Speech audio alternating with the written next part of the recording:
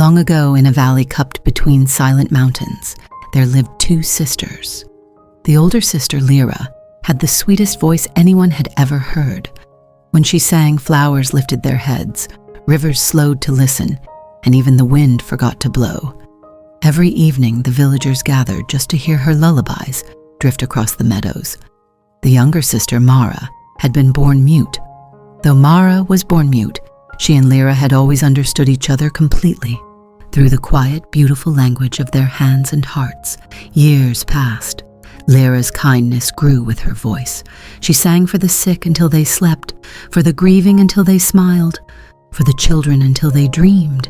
She never asked for anything in return. But Mara began to change. She grew jealous of the attention Lyra received.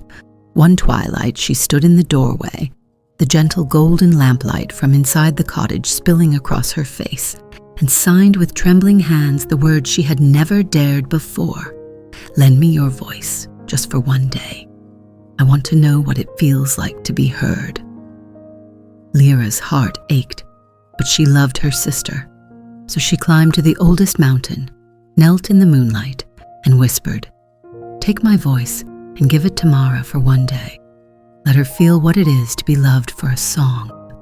The mountain spirit granted her wish. The next morning, Lyra woke silent. Mara woke with the valley's most beautiful voice. The villagers flocked to her. She sang and laughed and soaked in their praise. The day ended, but Mara did not return the gift. She pretended the voice had always been hers.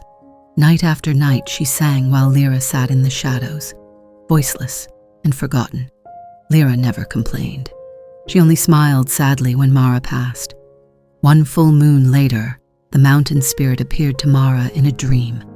"You kept what was lent," the spirit said. "Now you will spend forever trying to give it back." The next morning, Mara opened her mouth to sing, and no sound came. Instead, far across the valley, her own beautiful voice answered her, mocking, distant, repeating every word a heartbeat too late. She ran toward the sound. It fled farther into the cliffs. She called her sister's name. The cliffs called it back, cold and laughing. Mara was never seen in the village again. She is still wandering the high cliffs, forever chasing her own voice that always stays one step ahead. And Lyra lived quietly in the valley for the rest of her days, loved and cared for by the villagers who finally saw her true kindness. On the quietest nights, when someone calls across the mountains, the cliffs answer back, cold, teasing, always a heartbeat too late, forever just out of reach. That is Mara, still running, still shouting, still trying to catch the voice she never gave back. That is why we have echoes. Some things can never be taken, only borrowed for a little while.